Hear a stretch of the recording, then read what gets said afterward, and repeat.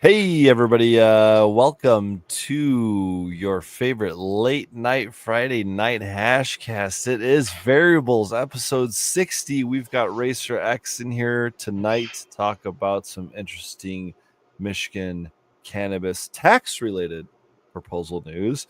And of course, we are your hosts for Goalie, Pedro, and Superior Buds.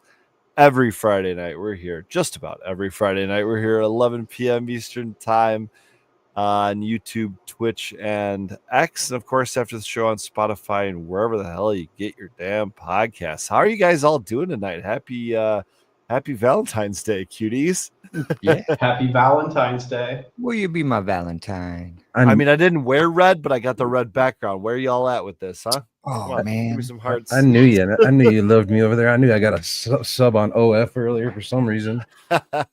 I thought, hey, wait. Not OnlyFans, by the way. We're talking only feet. Well, it's only feet on the OnlyFans, but yes. You should see the wook foot on this guy. Well, cheers, everyone. How the hell is everybody?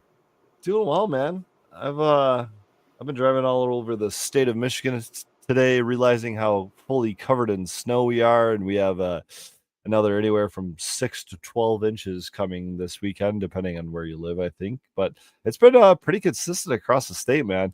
Like I was up in I guess like the Sable River area up in the northern part of the lower peninsula of Michigan today. And there was, plenty of driveways with snow stacked like 10, 12 feet high easily at the end of it, all plowed up and stuff. Clearly, we haven't actually gotten that much snow yet, but even some of the sidewalks I see, like, I assume they're city sidewalks because it looks like they're, like think about like right next to a park and they're all like, I guess snow blown, a snow blower. It's definitely, there's not like a mini plow going through. It's a snow blower. And I've seen those actually attached to I guess what you could call a gator or a golf cart before, but those things are pretty sweet. I'd like to have one of those around my property, just cutting some trails to the chicken coop or something. I don't think I've used a snowblower since I was back in Wisconsin 13 some years ago. I believe you. I finally got mine fixed. We did have ice. I left, if you saw the story, I left Montrose this morning with barely a drizzle of rain. 38 degrees or something like that. And then got up to Parachute, and there was fucking 6 inches of snow on the ground. I was going through those 3-foot freaking plow, or those 3-foot berms with my my RAV4 this morning. It was fun. Yeah. Put that thing to test it out, Speed bump, Well, we've crossed 230 inches this year so far. So that's a good length. We have quite a bit of fucking snow. I am out of places to put it. Yeah, that's when you get out the torch and hope that the drain is still active, I know. I was like, I wonder, could I get out the big propane weed torch? Yes, the answer is yes. Yeah. And get the camera along and film it. I was going to say, if you're going to do it, dude, just at least film it. At least film it. Please. I live in a log home. That just sounds horrible. Well, the gravel driveway isn't built out of logs, Yeah. The snow's not built out of logs. Sounds like the Also recipe true, for Pedro. America's Funniest Home Videos of man burning down home. It would definitely make some channel for sure. I was going to say it's a fine line between America's Funniest Home Videos and Live Leak. That's true. That's true. Hey, as long as he's not on World Star, we'll be okay. There we go.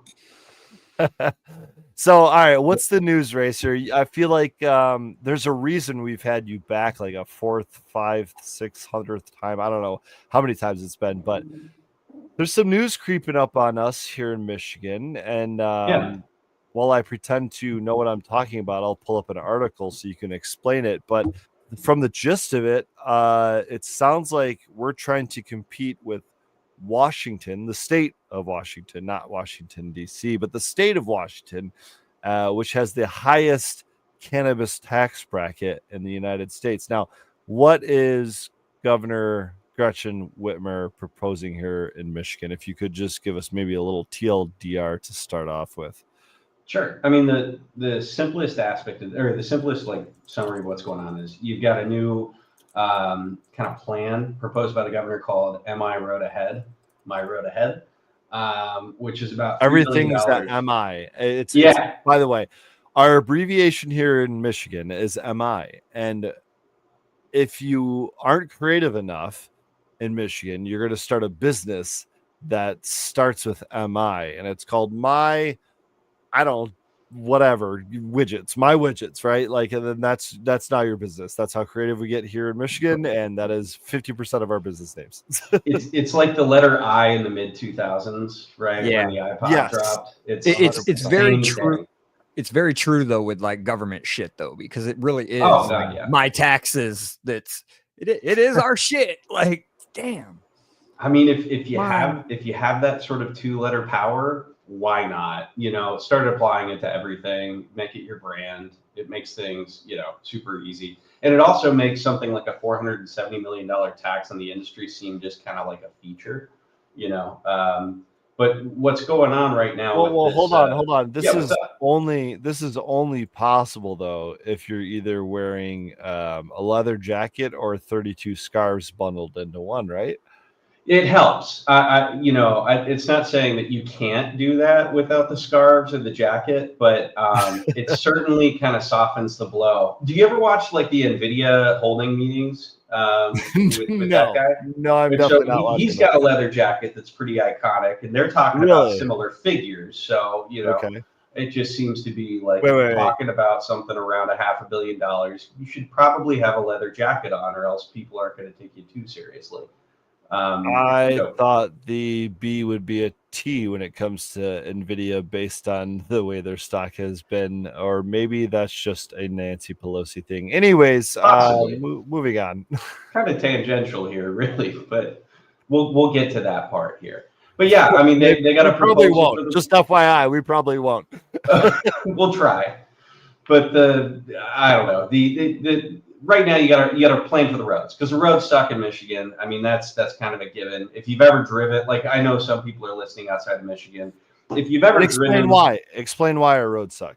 Well, I mean, they're just built different. Well, the simplest way you could say is that the roads are made out of boulders, and that's because we have like concrete roads. We have a very unique way of building our roads compared to other states, and that's because we have a unique way of doing commerce. We allow something like 160,000 pounds per truck on our roads. I don't know if you know what the average is, but pretty much like 30 out of 50 states are like 80,000. That's what it is. Half that, probably. About half that. Montana's up there with 130,000 or something like that. But no one lives in Montana. They don't have anything going on there. It's unique to us. I'm not saying it's a bad thing. We have mining, we have logging, we have heavy industry. We're moving a lot of big stuff around this state. We're doing big garbage. Things. We take a lot of garbage. Yeah. There's a lot of manufacturing back and forth. Depending on who you ask, though, in government right now, they're saying the legalization of marijuana. I don't know if you guys are aware of this, but apparently we're causing undue wear and tear to the roads. The industrialization of our industry, between the dispensaries, the grow operations, secured transport, testing facilities, we're blowing up roads all across the state. I mean, that JK Logic Sprinter ban, do you know how much damage one of those can cause? Apparently, we need $470 million. Sounds like you guys deserve the tax. I mean, clear as day. Well, I mean, here's the thing. I heard that opinion from a guy named Tullio Liberati. He's a Democratic state rep who is one of the few people who have come out since this proposal has been put out into the world and said, hey, this is actually a great idea. Marijuana, does cause problems with the road. There might be a conflict of interest, though, because the guy owns a road company. Well, okay. Slow down. I feel like we're only 11 minutes into this podcast, and I feel like we're already trying to solve it. So I'm going to go ahead and pull up this article from the Detroit News, and let's just go ahead and, quickly peruse through it just to get some perspective from, I would say facts, but let's perspective from the media at least, right? By all means. So Whitmer wants higher taxes on big tech, marijuana to fix Michigan roads. Details sparse. Oh, surprise. So Governor Gretchen Whitmer wants to boost funding for Michigan road improvements by increasing taxes on marijuana and businesses, which, marijuana is business, but marijuana and businesses, including big tech companies, according to a long-awaited plan the Democrat unveiled on Monday. In one document, Whitmer's team described the proposal as a $3 billion long-term sustainable funding solution. However, many key details of Whitmer's new strategy weren't immediately provided by the governor's office, and it wasn't immediately clear how the new taxes she proposed would function. Since day one, I've been focusing on fixing the damn roads, which, to be fair, she ran on that.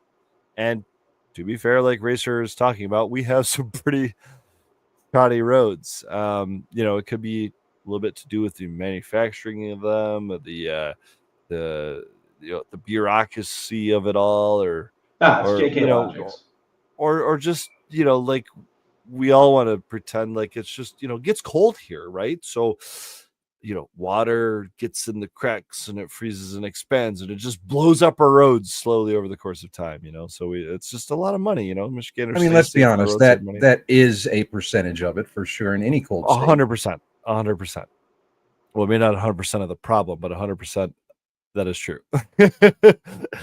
So the governor wants to require big tech and corporations to pay their fair share, according to a summary of the new plan created by the governor's office. And I'm sorry, I just got to interject here, but I'm pretty sure that the CRA and the entire cannabis monopoly here in Michigan is running at a very large surplus, right? We're talking like tens, if not more, millions of dollars and surplus. Not like we're running a deficit or we're struggling to license facilities or regulate them or anything like that, but we have a lot of money on hand. So in 2021, lawmakers in Maryland enacted a tax on businesses that rely on digital advertising and that make more than $100 million annually. I don't know why this is relevant, but the policy has faced lengthy court battles, et cetera, et cetera. So cannabis, this is what we're really looking for. Whitmer wants to find another $500 million, so $500 million within the state budget, and levy a wholesale tax on marijuana to generate an additional $470 million. Now, keyword I think here is wholesale tax, because they can sell that like they're not taxing the consumers. But as we all know, that just gets passed on to the consumers. Yeah, shit rolls downhill. Yeah, especially in a lean margin market like this. Yeah, emerging markets. I mean, they're not going to take the hit. They'd rather close before they take the hit. So in its plans, go ahead. Oh no, I just was agreeing with you. Well, yeah. Okay. So in its planned summary, Whitmer's team described a desire to close a loophole that exempted the marijuana industry from the wholesale tax, which is applied to similar smoking products like cigarettes and other tobacco items.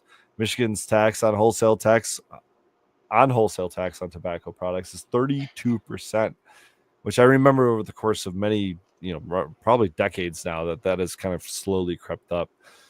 Separately, Whitmer proposed last week extending the wholesale tax on tobacco products to all non-tobacco nicotine products, including vaping pod systems, vape pens, and e-cigarettes. Last year, Michigan's recreational marijuana retail sales came in at about $3.2 billion. And they faced an array of economic challenges in recent years because of an oversupply of product, which has driven down prices. So another kind of caveat there. I mean, with just some basic background there from our local news outlet here, Detroit News. What are we looking at here, Racer? What is kind of the what is the goal? Well, the goal seems to be to shake down the licensed industry for every little bit of margin that is left, given the over. Which is what, like a quarter of 1%.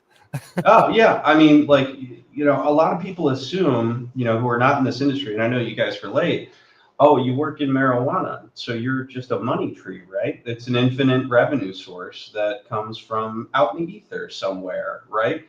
It's and the enforcement that's in place from the CRA definitely seems to come from a mentality of like, we know you guys are making just hand over fist, and so we're just gonna fine you and increase taxes because we know you're good for it.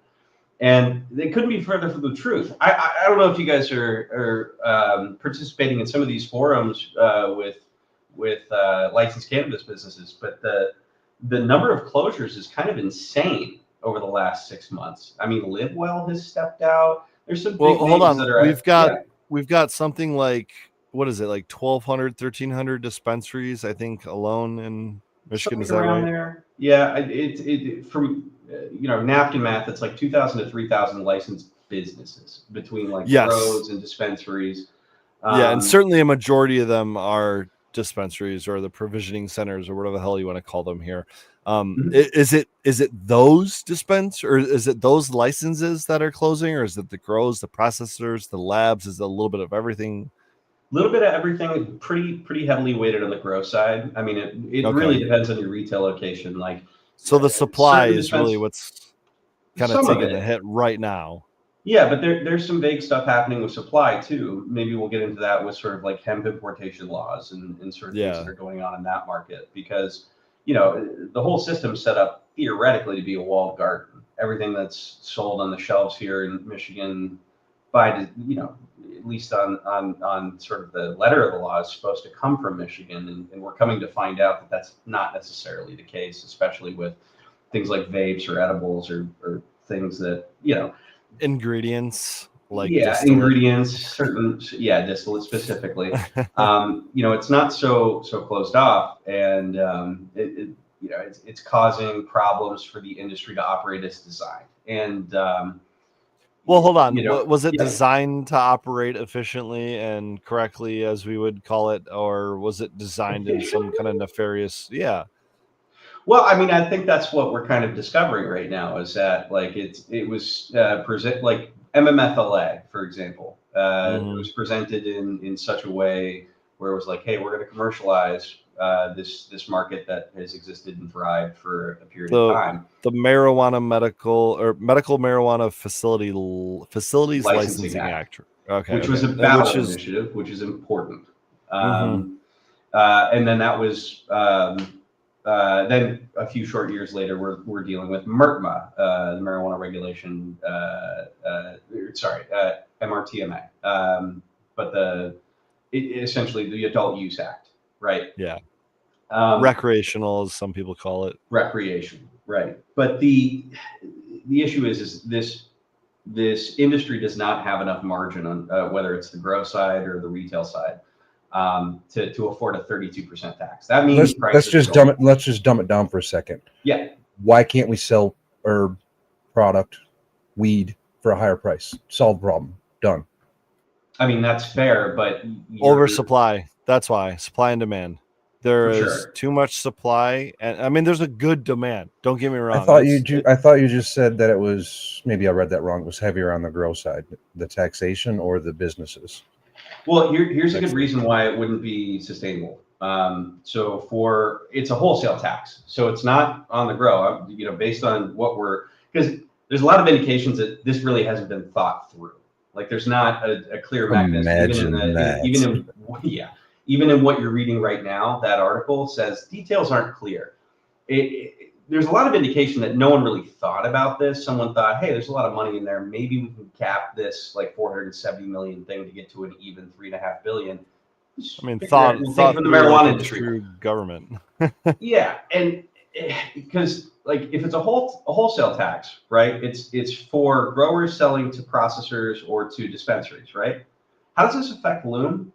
Exactly. If they have their grow and they're selling at the front door, they're very large. They're one of the largest players in the industry. Right. They're vertical. Does that mean they avoid this 32% tax? Well, if it's all under one umbrella, they would just pass it on all the way down the chain, 100%. Well, no, I'm saying, but do they even pay it? Exchange? Oh, they still have to pay it, and then they sell it at their licensed dispensary. But yeah, because it's going from it, like it's an internal thing, do they still have to pay that tax, is what he's asking. It's unclear. And does that make an unfair advantage for vertically integrated entities as opposed to? If it's true that absolutely you're getting a 50% fucking discount, bro. Like, what was the big financial institution that funded Loom? Do they have something to do with the roads?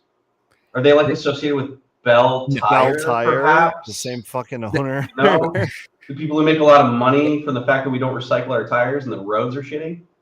Yeah, that's a little bit conspiratorial, but all I'm saying is that this really hasn't been thought a lot through, and I don't think the headlines that you're reading, like about a 32% tax or a 470 million, like that's a negotiating point. It doesn't seem like they're actually asking for this, but they're certainly starting from that figure. And the problem is there's not $470 million that you could take out of this licensed industry and have it not collapse. I don't like 90% of businesses that are less than 200 lights that are wholesalers, they're done. There's not 32% margin. We're doing $270 million in sales every month. How is there at retail for sure? Yeah. Now, how is there not a way to tax that? Oh, there is. I mean, you have a 10% tax on that front, and you could of course charge, but it would be nice if the dispensaries are paying on time COD, but that's not the case. I know plenty of growers and processors who are sitting on 7, sometimes 8 figures of accounts receivables that haven't been resolved yet. And some of this debt is over a year old. But what they're proposing is that tax is going to be paid monthly, often in advance, similar to how they're doing tobacco and alcohol. So that cost just gets floated to the 30-day ledger for the grow, but they may not be paid on that for 3 or 4 months, sometimes up to a year, depending on how bad the market is. So welcome to the squeeze. Yeah, Colorado's starting to walk down that road as well. Oh, they've been down. Well, speaking of Colorado, let's pull up some other tax rates here to compare. And it's not consistent, of course, because there's no federal law here, and each state kind of gets to decide it, which is a beautiful thing, but at the same time makes it very challenging when it comes from state to state type situation. So in Alaska here, you see $50 per ounce is the tax rate for mature flowers versus $25 an ounce for immature flower. It just kind of starts getting weird. $1 per clone plant, like that's, I guess, easy enough to you get tax different for abnormal buds. That is the weirdest thing. We're here with a panel of experts. Could someone tell me what immature buds are? It would have to go based on the letter of the law, and I would assume that they have defined that in their own laws. Now, we got to draw a line somewhere. Yeah, they have to, right? Like they have to draw that line in the sand. Otherwise, it's just going to be completely taken advantage of. And if it's not already, no, I mean, it definitely is already, unless it's been written, in a certain way that protects it from that. Again, this is like, you're going to get someone deciding these definitions that may have never grown a cannabis plant in their life, so. I mean, it looks like they tried to cover everything with Alaska there, though. I mean, they just tried to cover. They tried to cover 4 fucking sweeps and just wait. It gets better. So there's Arizona 16%, California 15% on gross receipts, Colorado, as we're talking about, 15% on wholesale average market rate. So, and then the counties and municipalities can impose an additional excise tax of up to 5%. So, what are we talking? 20, maybe 25% then at that point. Connecticut, look at this. 0.0625 cents per milligram of THC in plant material. Good fucking luck, everyone. Good luck deciding how you're going to do that math. And I mean, what are we even doing over here? Holy shit, that's shopping. Now you're going to reverse shop for THC. I was going to say, go for the anti-Viridis. Yeah. Now we're going to actually bring in knowledge. I mean, that could be kind of cool. But damn, I don't even know how to begin to do the math on that. And I usually like. I feel like that. I feel like this just opens up a whole new lane for cannabis accountants. You know what I mean? Like, cool, but is it really necessary? Yeah. So Illinois, you can see they go anywhere from 7 to 25. If we want to see the highest, we got to really go down to the bottom here to Washington, 37% on retail sales. That is the highest that I came across. No, that's on retail as well, though. Yes. And so again, these are all different metrics, different measurements, and different ways of looking at it, because every state can do everything, do things differently, and even cities and counties can kind of do their own thing too. So But if we go back up to Michigan here, we're actually only at a 10% retail sale tax rate. Yeah. Now, again, that's high. I say only because I'm comparing it to a lot of these other ones, but that's still almost twice our sales tax rate here in Michigan. So let me put this kind of into perspective for you, because when this initially got proposed, everyone's like, why are we paying higher taxes on this than we are anything else in our life? Whether it's, well, I mean, maybe food and things, certain things you don't pay like taxes on, but like if I'm buying a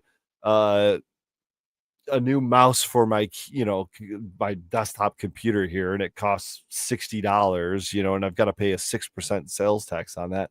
Why am I paying 10% on a $60 eighth of cannabis that is also just another product? Is that like, where is that going to? What is it affecting? Why am I paying more on this? And I think when they proposed it, and I'm not just talking Michigan here, I'm talking California, Washington, Colorado, Florida, everybody was like, kind of like, yeah, fucking tax us. Fuck it. You know what I mean? If I got legal access to weed and I got dispos everywhere, fucking tax me whatever you want, man. This is amazing. Now here we are 5-10 years, 20 years later, and we're like, well, fuck these taxes. I shouldn't be paying any taxes on this. This is literally tomatoes. I don't pay taxes on my tomatoes. Why am I paying now a proposed 35%? Is that what it is here in Michigan? A proposed 35% tax on my cannabis that can be grown in any plot of land in this state, let alone this country, let alone this planet. Like, it seems a little crazy to me. It seems a little money grabby to me. It sounds like it's close to the smoking / nicotine sales, though. Am I wrong? Well, and here's the thing. You go to certain states and it's like $27 for a pack of cigarettes. Like, I think those used to be under $5 a pack, and I'm pretty sure this is all taxes and regulations that have done. Yeah, I was going to say, not the increase in the price of tobacco, like. No, I remember like $2 a pack, and I remember the taxes, and they touted it. Higher taxes are going to get people to quit smoking, and which where we are. Well, maybe it didn't work for you, but I think over the population it did, right? Like, isn't there? No. I think, if I'm not mistaken, like regular cigarette consumption is down generation after generation. Like, because vapes came out. Cigarettes. Well, yeah. I'm going to get to that, because we used to have a nice system with vapes, right? Where you could buy a mod, you could buy either disposable cartridges in a Juul, or you could fill up your own cart or whatever, and you could deliver nicotine in a way that was arguably maybe a little bit less harmful than inhaling like a burnt cigarette, right? And then they changed the laws regarding like selling flavored juices, right? And now the only thing that you can get past those regs, but you get the idea. It's a breeze. You can get disposables, damn right. Michigan made. Chinese made. Michigan distributed. Yeah. Michigan injected. Michigan import. But like, this has a 500 milliamp hour battery in it. It's rechargeable. I actually have one here. You can see them, right? These guys. There's one of these in every single battery. These are rechargeable. You can hook it up to a recharging circuit, use it in little projects or whatever. But most people don't. Hold on. Can I interject real quick here? Yeah. Hold your train of thought. Sure. But one of my favorite uses for these disposable vape pen batteries has been for flying FPV drones. Yeah, because you can wire them up to little Tamiya connectors, and exactly. But unfortunately, you'd have to be you or someone on this podcast to be fucking. I don't know how to do it. This guy probably does, and honestly, you probably do too over there down there. Pedro, you and I are up here, old men. I don't know what the fuck. Because they're writing the laws that way. Where do these end up? These end up in the fucking in the trash. They end up in the trash. Like there's videos of like water outlets of storm drains where it's just like, a wave of 30 or 40 of these things with lithium pillows on each side of each one of them. I don't know if you ever smoked. Has anyone here like vaped on a mod? Do you ever go through a phase where you vape through a mod? Do you ever buy 18650 cells? when you did that? Like little batteries those like that go in them? thumb-sized batteries? Put 2 of them in there. Yeah. Right, and you would get how many uses out of them before you like trashed them? Maybe 100, 200 or whatever. It's the same lithium in here, but the regulation has us like doing something completely ass backwards, and people are going to find their way around it. And that's kind of what I'm getting at with this tax, and sort of there's also a new rule set that we have to talk about potentially, like that's being proposed for the licensed industry, or for the recreational adult use in medical industry. It's not increasing safety. It's not like decreasing a child's access to gummies. It's not decreasing someone's knowledge that they have access to about a product. The only thing the new regulations are doing are pushing people to the private market. The only thing it's doing is making it less profitable to do things, quote, the right way, and pushing more and more people away from what should be like the commercialization of a real craft in this state. But instead, it's excluded folks like you guys from participating, even though you guys are like the professionals. It's difficult to watch. This tax is one thing, but just the general trend of regulation in this industry is kind of gone amok. I've got examples of like enforcement that doesn't make sense that I'd like to talk about, but like that's,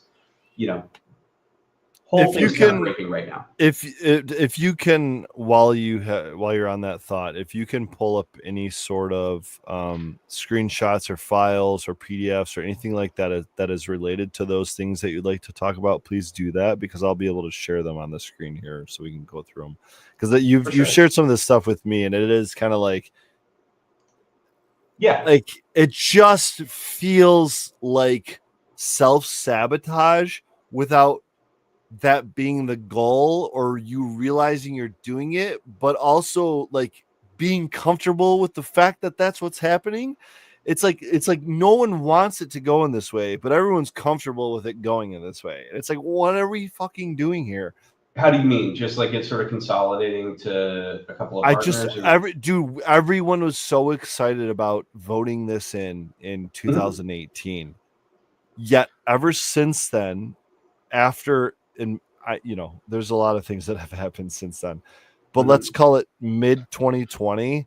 Ever since then, which again, December, I think 6, 2019 is when the first dispensary opened recreationally in Michigan, which is really like the first legal dispensary in Michigan, even though we've been doing it for, probably 12, 15 years before that. It's been legal fairly since openly. MMA. Like there was a lot of excitement around it then, and then it just and there's, we've been doing numbers, we've been pulling in the fucking tax revenue and the everything, but it feels like the actual movement, the culture, and the product have not progressed whatsoever in 5 years in this market. And I think that's completely due to just the way it was structured, the people that are involved in it, and the regulations around it. And it's like, I just don't know what we're doing here in Michigan anymore. It's like, I feel like we're just doing this like, barely surviving.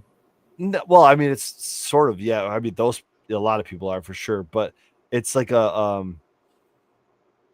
we're tugging and pulling back and forth, and like we're not getting anywhere. I just don't know like where this market is headed. We're huge. We're doing $250 million worth of fucking sales every month, but like, well, let's walk down that path for just a second, just for shits and giggles. Sure. So let's say we got the 32% whatever wholesale tax. Let's say it's in place. Mm-hmm. What does that slowly but surely do to the industry? And of course, there's going to be two facets, because there's going to be the vertically integrated, like you discussed. But overall, what does that slowly do to the market in Michigan? I'll show you what it does real quick. Just one example, anyways. A lot of people from Illinois complain about their tax rate. If Michigan has a higher tax rate than Illinois, you sure as fuck better bet they're not coming here for their cannabis anymore. Now, Ohio also just went rec 6-7 months ago now, and their prices are very high still in comparison to ours. But I still don't believe they have the tax rate like that. So are we suggesting that things are going to go black and are just going to start coming in from other states again? I mean, I don't see a reason for that. Well, if we were talking about it collapsing the industry. You're talking about. I wouldn't say collapse. Give you an example. Yeah, well, I think contract is a better word. That's fair. But take a look at I spoke to a legislator recently, and the metaphor that we sort of landed on was deer harvesting. Right. There's been a lot of recent regulations in the late 2010s regarding meat processing for people who want to hunt and process their deer. There was a lot of regulations that got in place that pushed a lot of people out of business for certain machines that were 6 figures to allow a certain amount of production, pricing out a huge amount of the industry.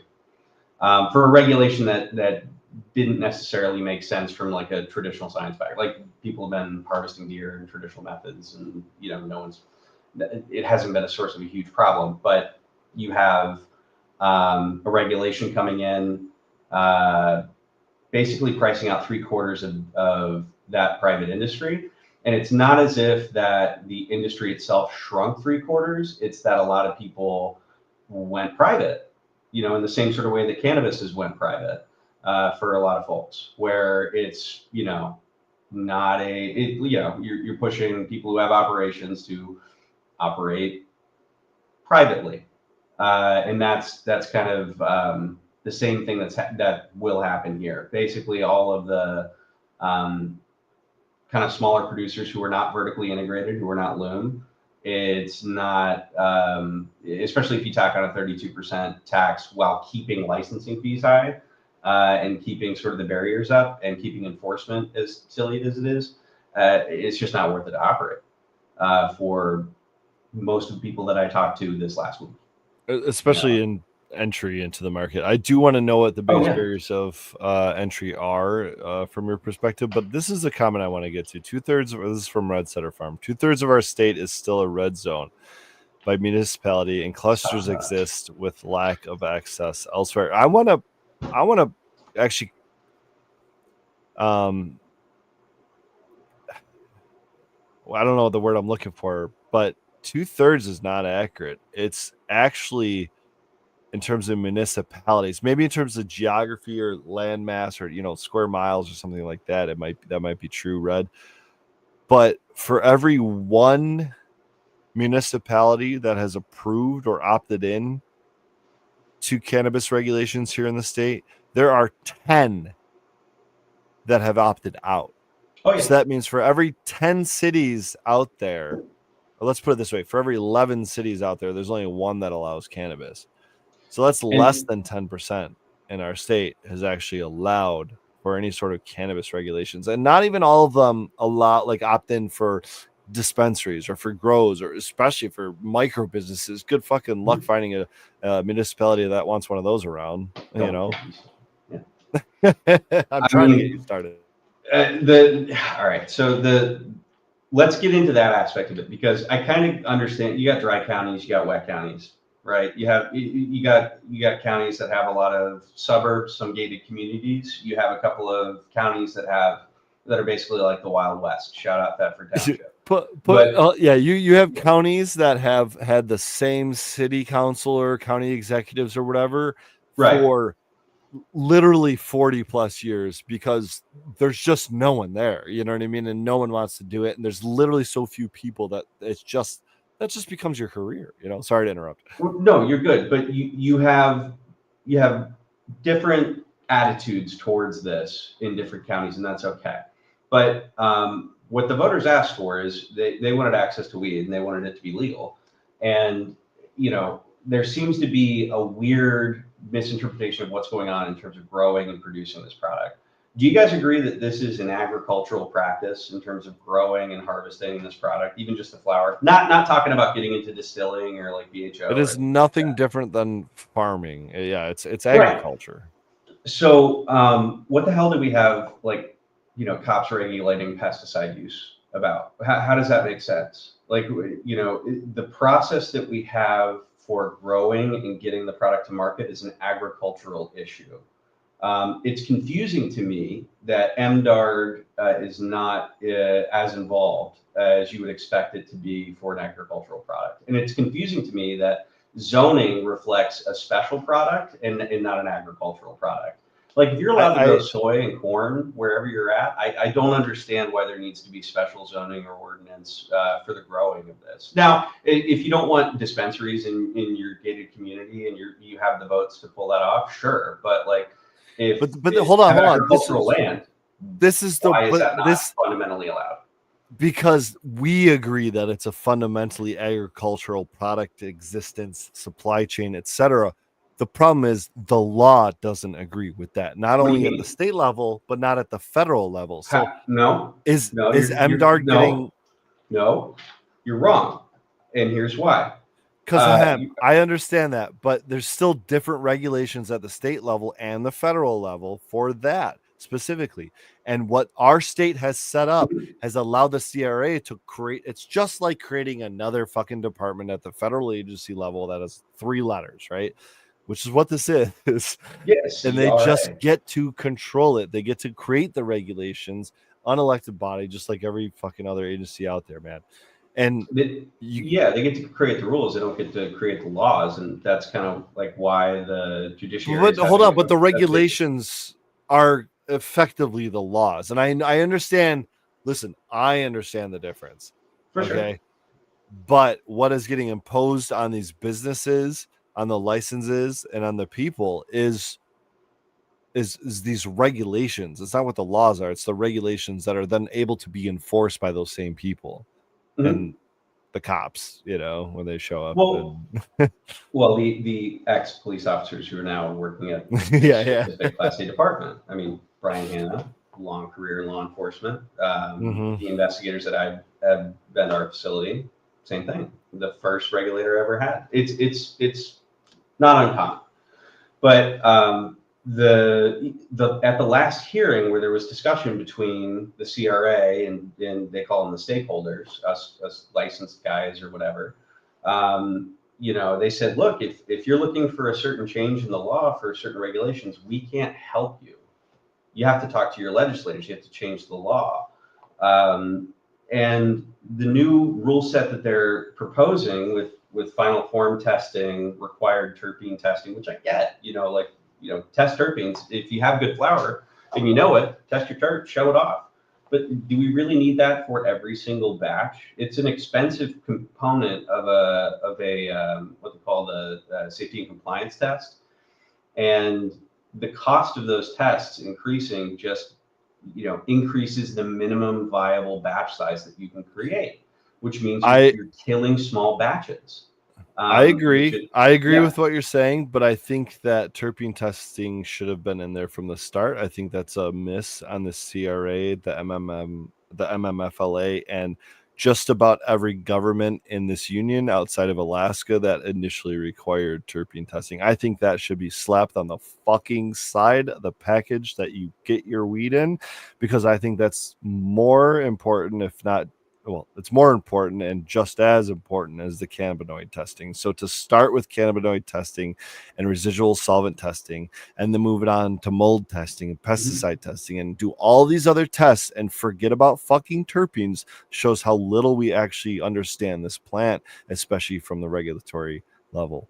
And the safety perspective. Because if you're considering like what is causing harms, pesticides obviously is kind of top of the list there, right? Like you don't want to be smoking something. It can be illegal.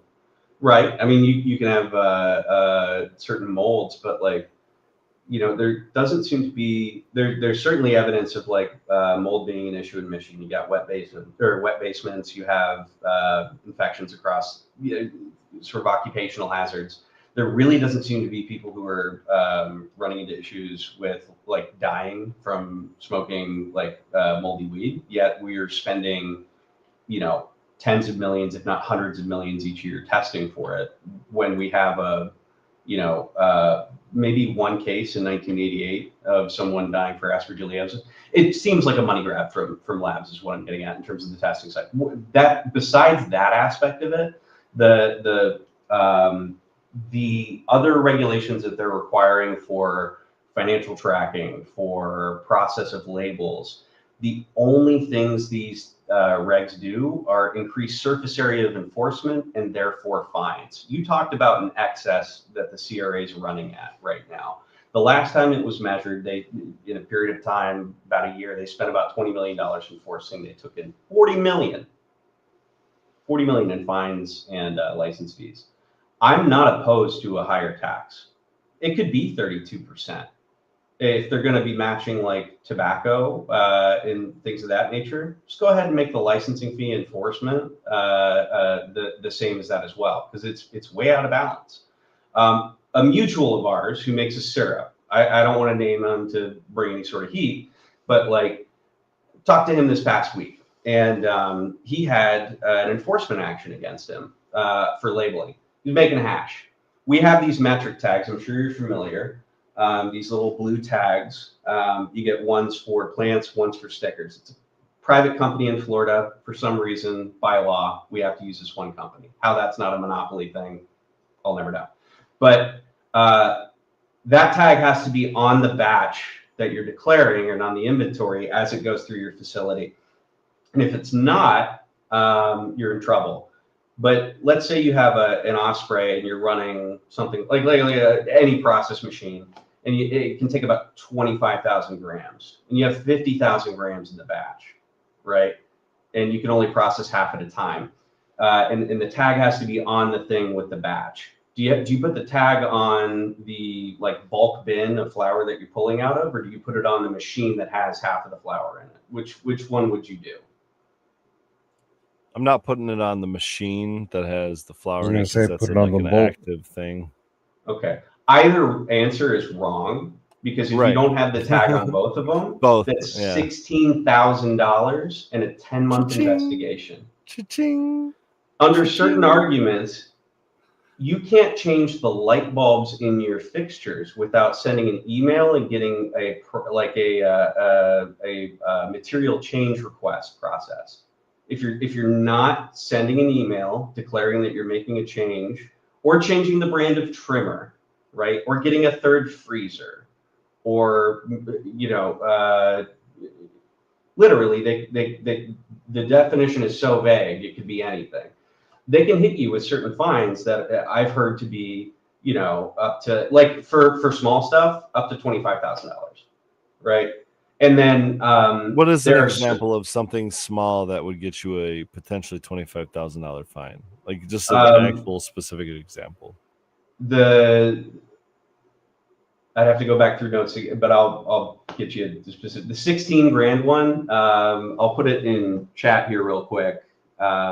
You might know the guy specifically, but it makes a syrup, right? Probably one of the better known ones. That guy. Are you familiar? In private chat. Oh yeah. $16,000 for his. We got 20K is the proposed for the guest that was going to be on here, and that was for having seeds in a freezer, and then having a dehydrator that wasn't on his list of equipment that was picked up. Like the fines are insane. Meanwhile, so I got hit with one originally. What? Real quick though, their enforcement. I mean, how would you determine how much they're collecting every month? This is in their CRA report, right? Mm-hmm. So they have in each of those disciplinary actions, you can look up.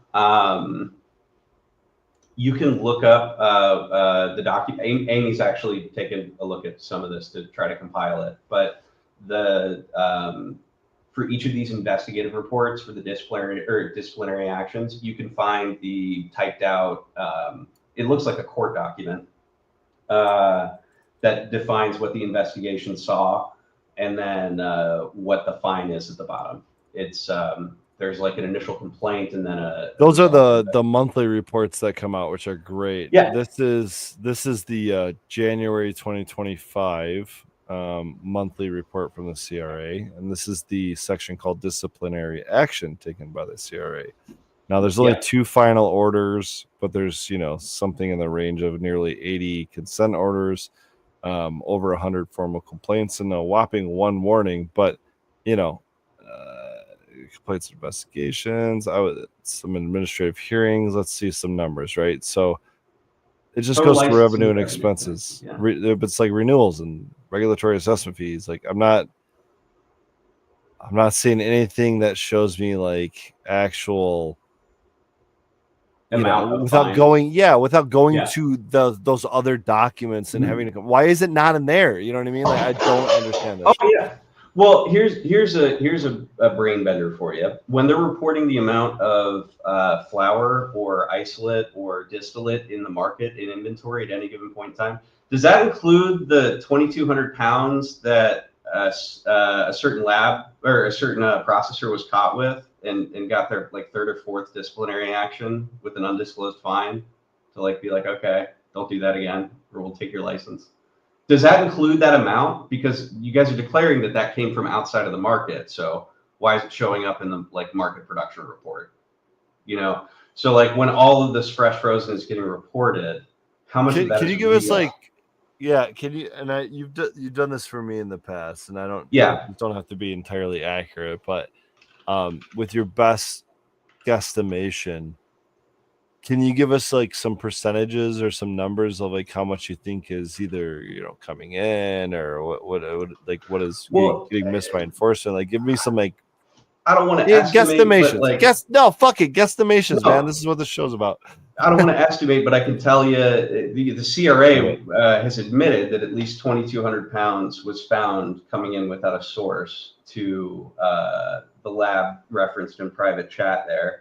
And that's public information, but I don't necessarily knock them for finding like a way to make money there, but that is 2,200 pounds of isolate coming from ostensibly not Michigan growers and like coming into the market where, that's a lot of vape pens. That's a significant. It's a lot of oversupply. It's a lot of fucking with the market dynamics. And it is what it is. It's kind of naive for the state to think that they're going to be able to regulate this sort of stuff into non-existence. These guys have had a couple of allegations similar to this sort of importing scheme in the past, and they're still operating. They probably will still continue to operate. More power to them. But this is indicating that the system is kind of broken on a fundamental level. Like if you can't prevent this sort of stuff with your $20 million worth of enforcement and $20 million overage, what are we doing here? We need to figure out a more efficient way to allow this stuff, or like engage in commerce, because this ain't working. Well, speaking of Department of Efficiencies, Superior Buds, you got to have some input here, right? I mean, you're a Michigander. I feel like this is how your brain works, is trying to figure stuff out like this. I don't expect you to have all the answers, but I mean, what can we do? To be honest, I don't think there really is anything you can do at this point. Oh, fuck. All right. I'll see. I feel like it's heading towards where tobacco is. But I also don't know that it's, I don't know. They may be wanting to play on what happened in tobacco. So tobacco revenue, tax revenue did not fall hardly at all when they increased the taxes. Smokers didn't stop. And think about who goes to dispensaries today. How many of those people... Wait, you're muted. Back up real quick. So if they increase the taxes by threefold on tobacco, but the tax revenue didn't fall at all, that means that there was actually 3 times less purchasers. No, it didn't go up that high. It didn't go that high of a jump with tobacco all at once. Okay. It wasn't like it is going to be with cannabis. Yeah, but you're saying taxes didn't affect? No, it did. It did. People drove across the border. 100%. Right. Everyone goes to Illinois. That's why there's the smoke shops right across the border. But they still made the same amount of money. They didn't lose any money. They just contracted an industry. It didn't change anything for them. If that happens with cannabis, now think about that. Think about Who does it with change cigarettes. it for? They drive up prices. Everyone can drive over to Illinois. How many people are going to drive to Illinois to go get their weed?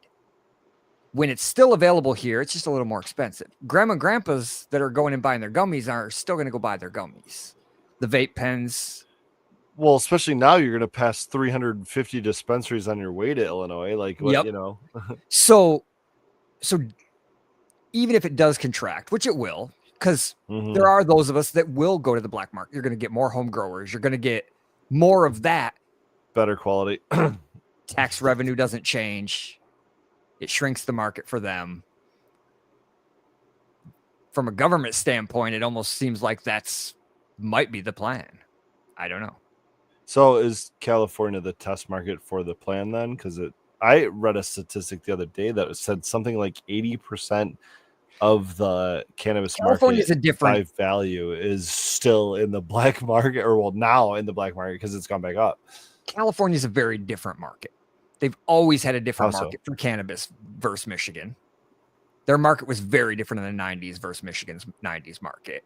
The people that grew up that are small, the Because older more smokers. money, more demand, Access. both. No, just access back then. Okay.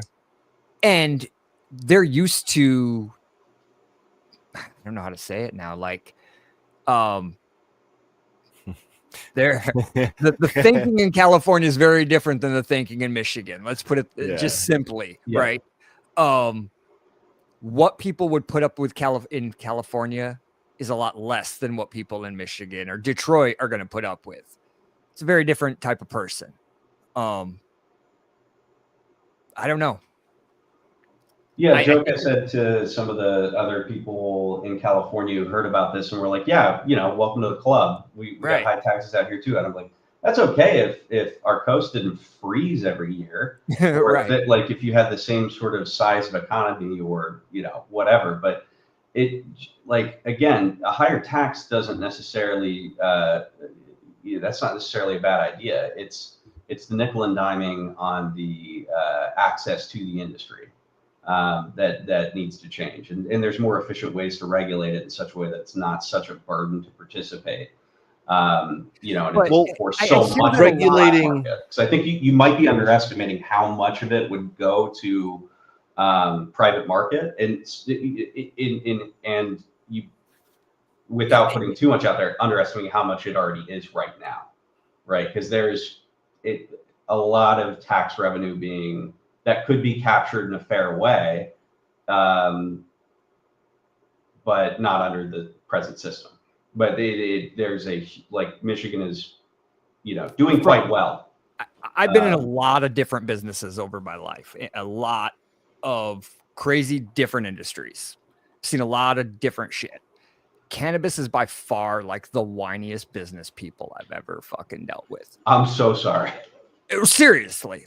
I mean, it's just like every industry is heavily regulated. Every industry sucks to be in. It pay to play. You can't be a little guy in a lot of fucking industries. Cannabis, I can't go out and compete against Viagra. I can't just make it in my garage and go sell it, right? Why not? I feel like you could. No, wait. It's not about ability. We're talking. Listen, your distribution channels are international. Where you're at. Well, I mean, you're talking about a difference between the supplement and the pharmaceutical market in the same way that we have the cannabis market, we have the marijuana market and we have the hemp market, right? Only one is allowed to say that it's full strength. The other one's allowed to be sold at a gas station, and when you put them all in a mass spec, it's roughly in the my same garage shit. And sell it. I can't. There's a lot of things you can't do. I'm not saying I agree with it. I'm just saying this is the world we live in, and this isn't the only industry that is regulated this way. But we sure do whine a lot about it. But here's the difference: is we've come from if this was fucking prohibition back in the day, I would understand it, right? But Yeah. there's no other emerging market or blooming industry like this that is so heavily regulated. And honestly, the only one I can think of, and this kills me to say it, is fucking drones. Because Oh, the shit. way Yeah. Or this shit is heck. going, I'm like, God, I'm in another fucking emerging market that is just getting shit on and regulated Yeah. out of existence. Well, Like, what am I here's the doing with thing. my life choices right now? Superior, I agree with you that it's You should like, be an it's- e-commerce site and try doing taxes for 50 fucking states. You want to talk about like That's crazy? what CPA firms are for, bro. You I have don't to do. know- Yeah, I don't. No, I have to file in every state. Some states you have to file in every fucking city, or if Louisiana, Yeah, every because you're parish. making Parish, money in every yeah. city. Guess But- what, bro? You're making money in every city. You should have be access fucking to the paying entire taxes. country to Yeah. sell. On paper, I'm only you allowed to sell fucking to who? 2,000 people, and they have to have special approval on a private company's website that I'm And I'm forced over to here use with by a fucking state. 20. That's so not. who fucking That who is more you? You're regulated. 200 That's million, bro. in terms of size. You're allowed to access way more than we are. Like if Yeah. you were able to sell international, you'd have to pay taxes there That's too. you know what I would that's be called, happy to be able to Superior? do that. That's called scalability. It's something You- that this market doesn't You We guys have. don't What have. do you do? We're Totally swimming fucking with weights on. missed And the I know point that of it's your like, hey, dude, I get the animosity from private market about license because it's like, boo-hoo, you guys tried and fucking, it didn't work out. Haha, I stayed small. Like, I get it. Right. That's fine. But like, the people who are trying to operate by letter of the law are getting punished with $16,000 fines. Meanwhile, the people who are like splitting it and kind of gaming the system, they're making enough money where the fines could be $100,000 and they're not feeling it. Well, And I understand you've seen corruption in that market too, Yeah. in other markets, right? But at the very least, there's a better way to regulate. And we're in probably one of the most politically solvent times in history. I've heard from. I just built a massive facility in Detroit. Trust me, I Yeah. know all about greasing palms and paying fines. It fucking happens everywhere. It's crazy. Bureaucracy. Yeah. It is. Yeah. And you have it at every level. Mhm. Transparency, at least we're semi-transparent. I would agree with Vergoli's statement earlier. The fines should be on the monthly report. That would be something, making the amounts visible, because if they are excessive and widespread and it is abuse, then it needs to be taken care of. Let me give you an example of perhaps the abuse of it, right? So I've got the link to this disciplinary report for Superior, a Class can you C share medical this when he pulls grower. it up? Let me see if I can I send you files on this? Because Excella does not make that shit easy.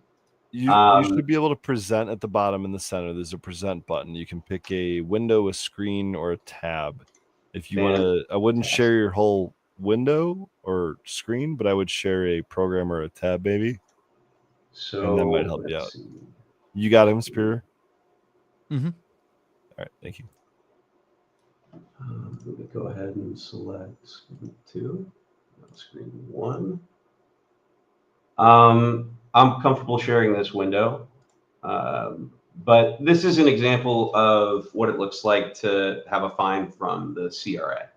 And this is publicly available information. This is searchable on the Verify a License website at the CRA. You have to click through to find for each license, how many sort of things. But this was a $400 fine for missing something like 618 plant tags. They didn't have these tags to fix the plants because of a rain out. They had video surveillance of it.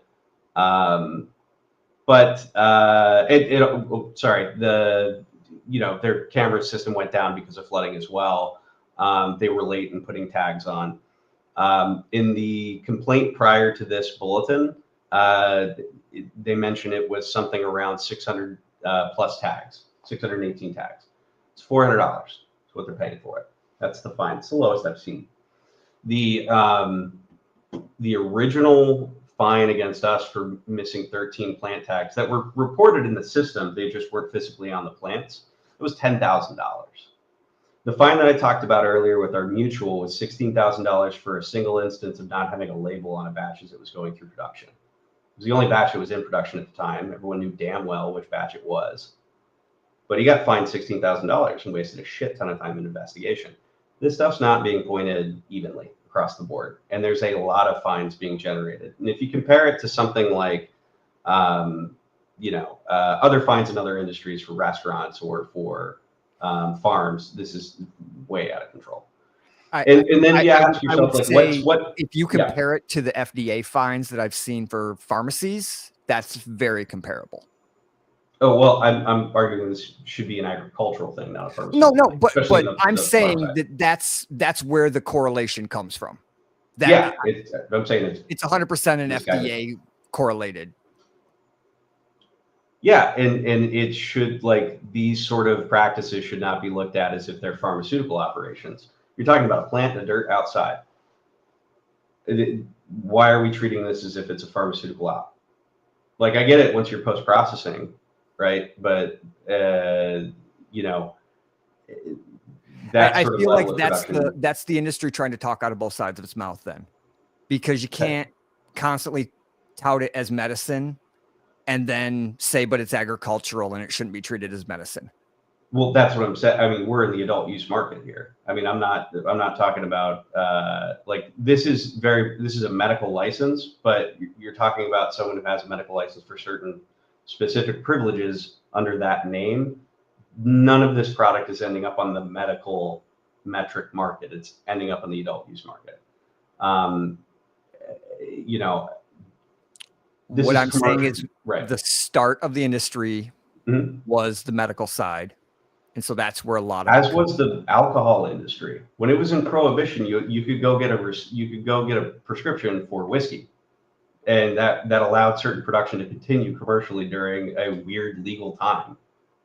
It's the same thing that's happening right now. I understand there's medical benefits. That's why we're very passionate about it. But I'm talking about commercial aspects of weed, not the medical industry, not the treating it as a medicine thing.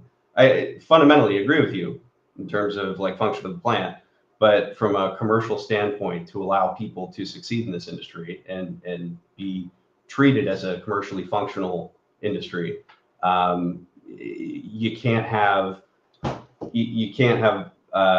pharmaceutical regs on an agricultural product. Once we get into, like, the fast dissolving THC mass produced, going to see like 100,000 customers, sure, have the same FDA regs, have GAMP, GACP, but do you know which side of the industry actually answers to that and which one doesn't? Hemp answers to that. Marijuana doesn't. Just this year, the CRA is fucking asking for regs regarding pesticides. Like, saying you have to have they're now enforcing that you have to have a certified pesticide applicator's license. How was that not year one shit? Like, that would be year one shit if we treated this as an agricultural product, had MDART in, be like, oh, is it a plant? Okay, well, we have rules regarding pesticides on plants. We're going to apply those here. Instead, you have cops being like, well, how much weed are you going to produce? How much money is it worth? And how much can we shake it down for? We have the wrong regs. It's not, I want to be taxed less. I'll pay you 25% tax, but charge me the same amount of money to play ball as the guy who's growing fucking corn. It's not us just being crybabies, I promise you.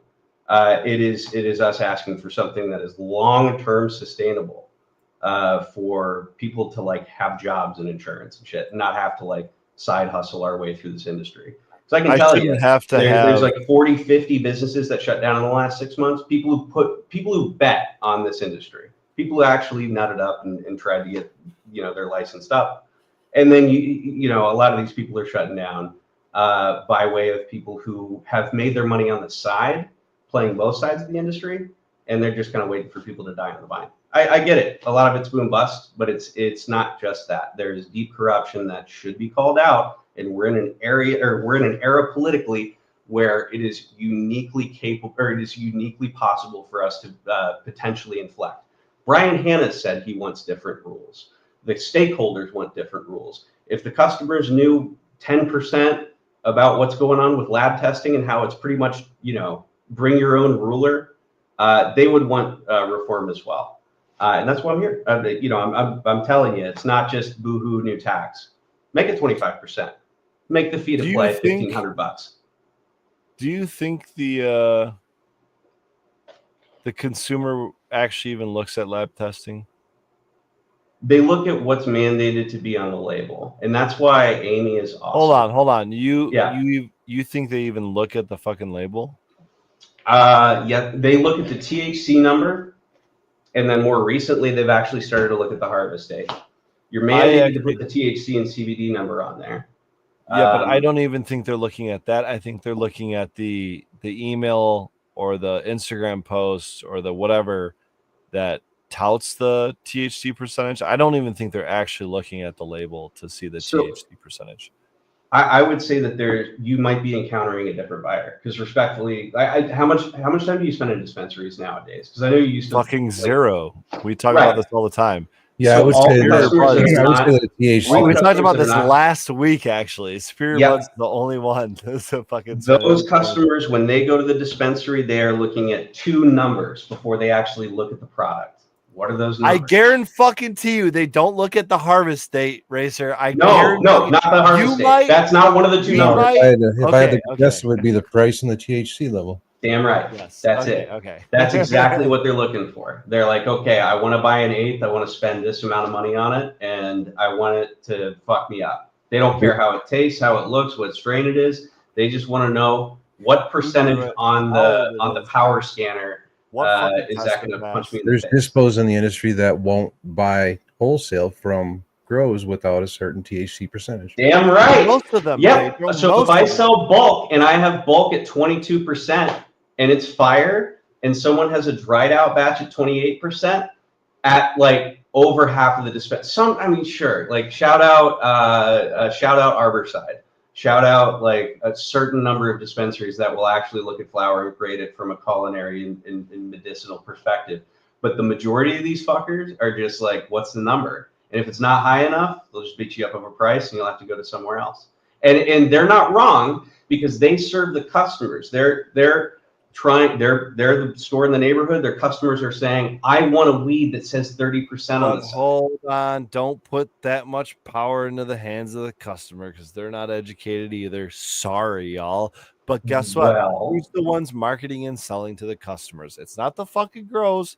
Not for the most part. It's certainly not the dispensaries. It's definitely not the labs or the transport companies. So guess who it is? It's the fucking dispos. They control it from the top to the bottom, and they control it from the seed to the sale. They are the gatekeepers of customers. I've been saying forever that there needs to be some kind of a restriction on education for bud tenders. I mean, that's a fucking front line for education to the consumer. Well, you make a good point, Pedro. How could you possibly be an advocate for medical cannabis if you have no education on that? You know, like there should be. I mean, I hate suggesting. Well, and this is where Racer comes in, and Racer are both correct in that the consumer will come in and they will look for a high THC percentage because that's what they've been taught to do. Right. But they've been taught that by whom? It's mostly generally the dispensary. Yeah, it's a grandmother's oven problem. Like THC is THC because it was declared as the thing, right? Originally, yes. But we don't have a standardization of how to measure that between labs. It's choose your own accreditation. It's not like everyone has to go to and get this specific piece of equipment. There's a number of different SOPs for measuring THC. And that's why from the get it fails, and that's why I would love to be like, yeah, let's regulate terpene percentages onto the labels. You know what I mean? Like that's what I want to see. But if we can't trust the labs to give us the proper results, then the whole thing from start to finish doesn't matter. You know. Well, and if you're arguing that a customer isn't even looking at the label, then why does it matter to fucking put the terpenes on it?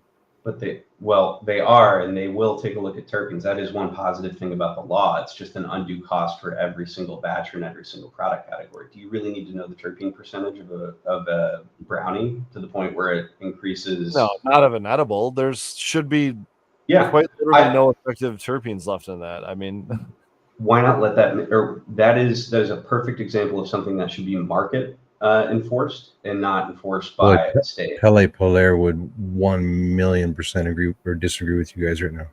I look, I'm not saying that about the wait, best about what? products He's got shouldn't have a terpene test. he's got his decarb machine that will decarb and leave terpenes specifically for edible products.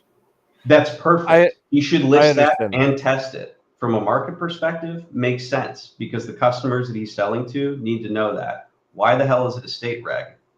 Does like it's like asking that with your registration, you have to list the horsepower on your registration and have it be accurate.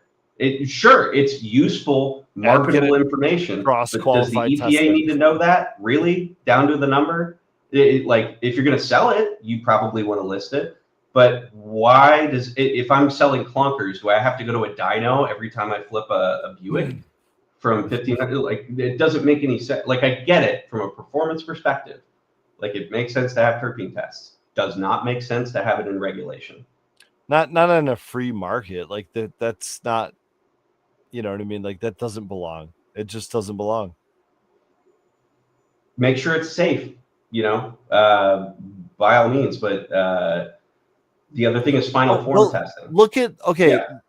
this is not a perfect comparison, just like alcohol is not a perfect comparison, but look at the food industry and what happens when there's some sort of like a I don't know, like a foodborne illness, or everyone's getting sick from the shitty chicken that they served at the wedding or something, right? Like what happens then, and what happens to prevent that? Is how does that compare to the cannabis industry? Does anyone on this panel have enough experience in both the service industry or, well, yeah, I feel like Racer, you got to have enough experience to answer that question, right?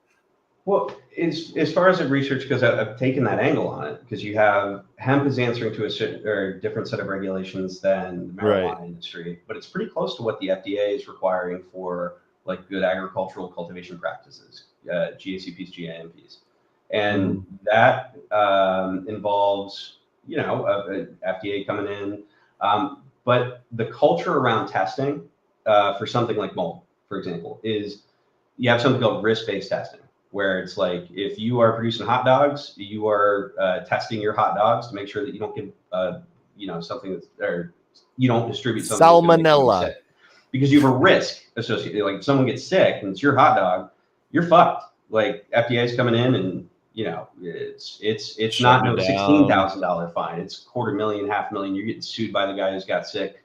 It's so the risk is on the risk is on you to develop procedures so that you're not producing something that's going to harm somebody. I'm not saying that it should be self-regulated. You should still have your FDA tests, but it shouldn't be any different than like producing canned corn. And right now, like we are testing at such a high frequency compared to the volume of output that we have that it's our testing costs for other agricultural products are of 100, maybe 1,000 to 1. Oh wow! Okay, it's insane. So that's one of the questions I have, and it keeps coming up every throughout this conversation.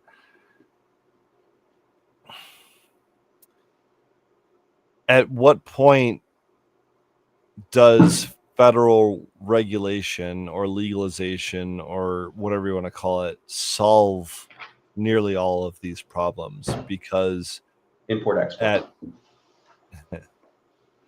Explain. So right now, you need to have more free trade amongst states. Informally, there already is, right? But having access to customers. There's intrastate and there's interstate, right? Intrastate is like among the states of, taking it from Michigan to Ohio, Indiana to Illinois, that kind of thing, right? Interstate is like from Mexico or Colombia to United States, right? Yeah, under those definitions, we're talking about intrastate. So like you're talking about being able to sell, in other legal markets, but also I guess interstate too. When we have Do they markets both in this fold at country the that same allow you time? to export hemp flour to international markets that's grown here, right? Not necessarily in Michigan, but in other states. Hemp is a lot more of a free trade, freely traded product. Do we become an import or an export country on that? And let's be real about this. Michigan or a country? Not Michigan, the country. It's certainly not Michigan. I mean, people are seeking American weed worldwide. They're asking for because it by of name. the skill set, but not because Correct. of the weather or the access to labor or nutrients or anything like that. It's really just like, is it more genetics? Is it because we're ahead of the game on the you guys know more about regulatory that side? than I do, specifically why it works better around here than other locations. But if you're getting at like, well, you could produce it cheaper somewhere else, that's fair. You can produce sparkling wine in California. You just can't call it champagne. We have an opportunity here to be the same thing to like Kentucky. What Michigan is to marijuana could be what Kentucky is to bourbon. If we get our head out of our ass and start regulating this like a well-respected commercial business, as opposed fuck. to I love treating that, us like dude. I criminals. love that. Because that's what we're doing. Is it's like you have a bunch of small businesses that are trying to do something commercially productive, and they're being treated as if they're like going behind shady doors and doing like crime all the time, and that there's a shit ton of unaccounted for cash that could be taken from and treated like a bank account by the Democrats, to put it frankly. Instead of that, how about we have all of the all of the production sites switch over to an agricultural product, and then if you want to call it marijuana in the same way that you want to call it champagne, well, it has to fit certain categories, get tested, and then you can sell it to the public here in Michigan. But if you want to import and export, I don't understand what the resistance is to that. Yeah. Why not charge $75 a kilo to import, $25 a kilo to export? Fucking let her rip. Yeah. Honestly, I don't understand either. Yeah, I mean, I do understand. There's too many people at these, we'll call it just the local level for lack of better terminology here, but there's too many people that stand to make a lot more money before we get to that point. Because once we get to that point, the market bottom across the nation falls out. It's not just Michigan, California, and Washington. It's fucking Louisiana and Mississippi and places that, Indiana, that don't even have existing like infrastructure yet. Shouldn't we get ahead of them? Ahead of who? The whole country? Yeah, I mean, if you're talking about eventually it's gonna translate down. No, there. because I don't think that the United States has the capacity to produce cannabis like other countries do and are already set up to do. I think once we have interstate commerce, I think the dollar per gram crashes to fucking cents, literal cents per gram, because we'll be importing so much of it, and the distillate capacity of this country will be so overflooded that the just the value of everything will fall. It will fall so significantly that there won't feel like there will be a recovery. That is my doomsday scenario when it comes to interstate commerce. Yeah, I mean, all that Colombia weed we've been trying to hold out for fucking 70, 80 years or whatever. Like, I figured we would be worried about Canada. But what, growing fucking icicles, bro? Come on, give me a break. They ain't. Yeah, it's gonna be the tropical maybe outdoor. BC, but that shit's going to the West Coast. We ain't getting it. It's gonna be the tropical outdoor countries where you can do 100 acres at a time. Yeah, hectares, bro, hectares. It's gonna crash the fucking market because whatever you're growing, and you grow it because you don't know how to fucking grow it. It grows like shit, and you're not growing 32% weed, and you're growing stuff with seeds in it. You're not going to get top dollar. And guess what happens to the weed that doesn't get top dollar? It goes to distillate.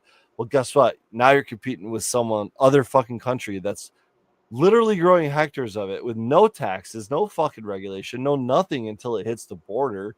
And all they got to worry is about import at that point. And I mean, it's those numbers when you start going international like that is, I mean, there's nothing to do but craft at that point.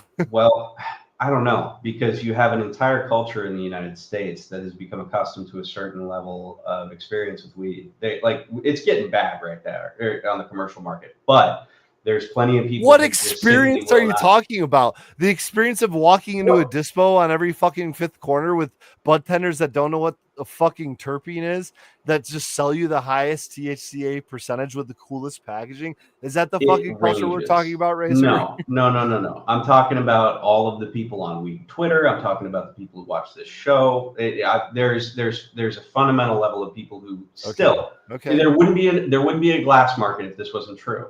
But so you're talking about I'm saying, customer base. The ultimate point though is that we don't treat tea in this country or in this culture in the West in the same way that the East does. But in China, there you have a tea guy. There's private market, there's public market, there's different regulations for bit. There's valuations, thousands of dollars per kilogram of certain things.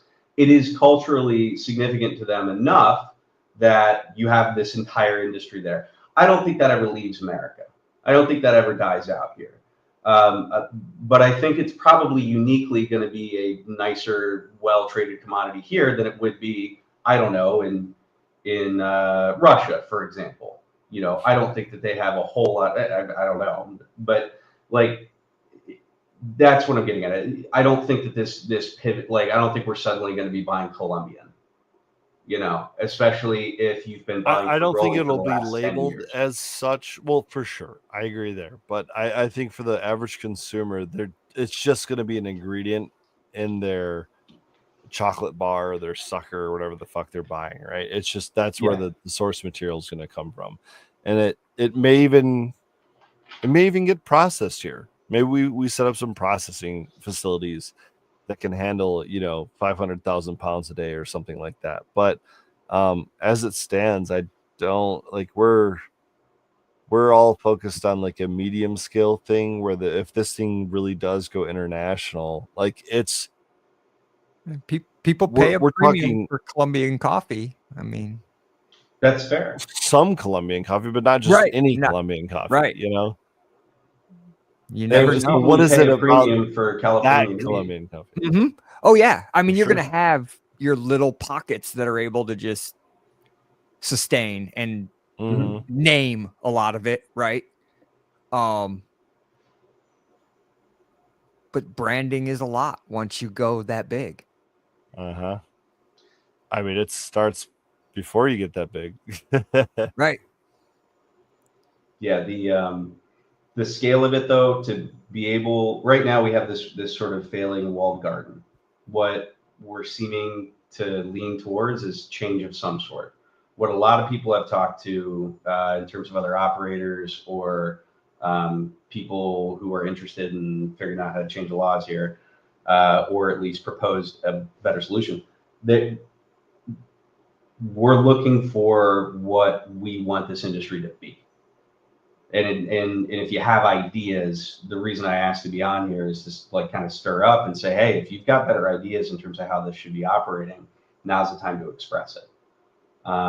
If there's, because it's clear that the people who are regulating right now are, they want different rules.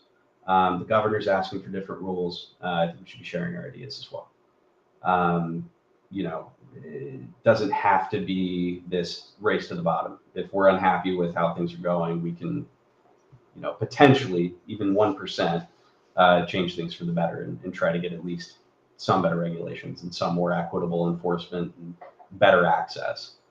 I think the hemp bill's got it right.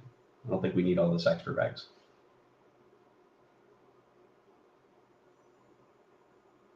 Sorry. What about the hemp bill? I mean, is it just a lack of regulation? Is it laying things out in a plain manner that doesn't include a bunch of regulation? What is it? Identifying the growth as an agricultural product. If you want to regulate the public sale of it on a state-to-state level, that's great. But you have half of the safety concerns taken care of before it hits public market under the hemp bill. So you have the same FDA regs that everybody else responds to. Yeah. Or Well, are regulated by. that just kind of goes back to what I kicked off earlier with, like, the idea of it almost requires federal regulation, because when you leave it up to the states at this level, you're going to get this kind of, down to every state, down to every municipality, county, whatever, however they want to set it up. Now, I think that's okay when it comes to a lot of different industries, because we work a lot of different industries that way. But because it's not federally legal, it just puts up all of these, like, barriers in between being able to access the same, like, level playing field. What's up, Stacey Base? How you doing? What's Thanks for up? joining. You guys, I just woke up and I'm like, holy shit, I got a half hour. I wonder if I can make it. Yes.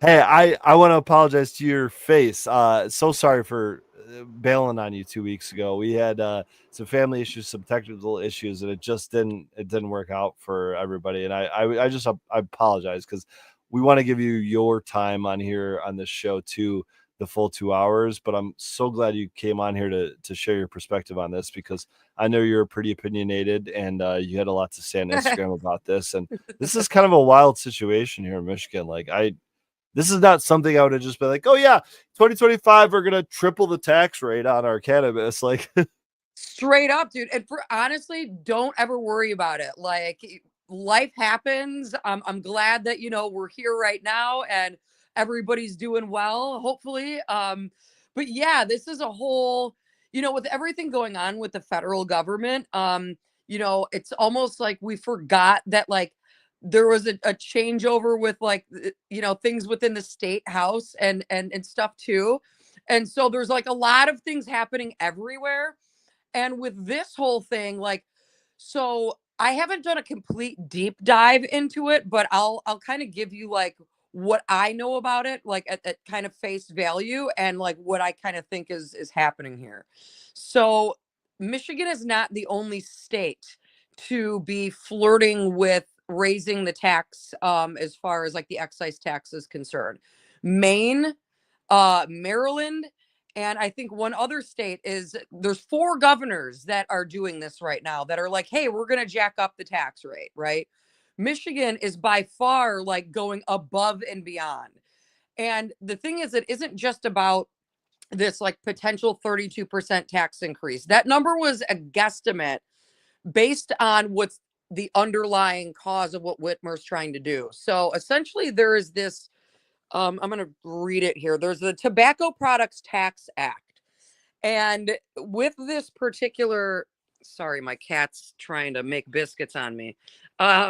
With this particular act, Whitmer wants, like, this tax act to now fall under the CRA, and the CRA to then, like, have to adhere to all this entirely new set of laws, rules, and regulations that is for the tobacco industry. Now, what comes along with that, guys, is hefty prison time and penalties for distribution. And, like, that's the thing that I have been talking about for a while now, is, like, they're not going to just let the gray market get away with things like, for very long. Like, the control aspect of this is so huge. It's really, really a big deal. And they're trying to find ways in which to take down the illicit market and the illicit, well, whatever you want to call it, the gray market, the legacy market, right? traditional, there's there's so many different words. But you think Right. this whole thing is about targeting that portion of the market, really? I think it's a portion of it. Yeah. I Okay. definitely think it's a portion of it. This, by raising the tax, it's gonna do a bunch of different things, right? It's gonna crush the small guy. The industry is already But the small guy in the licensed market, right? in the 'Cause licensed market, yes. Okay. Yes.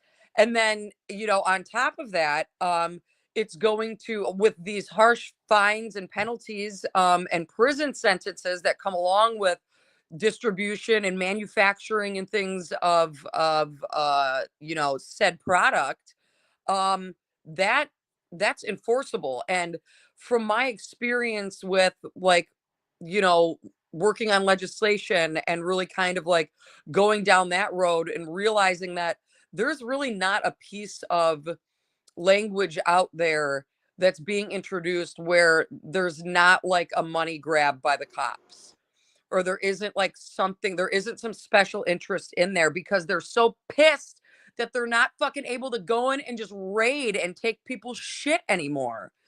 They were making a lot of fucking money doing that. And that money isn't there anymore, but they really want to figure out how to get it. And, prison labor is very real. There's a reason that there's a lot of private prisons that have been, kind of Still erected being and constructed. over the past X amount of years. And all these things are tied together. And it isn't as crazy as you'd think once you start putting the pieces together. But the tax hike it would really, really decimate the people that are trying to do it right. Everything is so fucking whack. It's so whack on the license side. Mhm. There's these businesses are you got the guys that are trying to do it right, but they can't make a goddamn dime because they can't write anything off, right?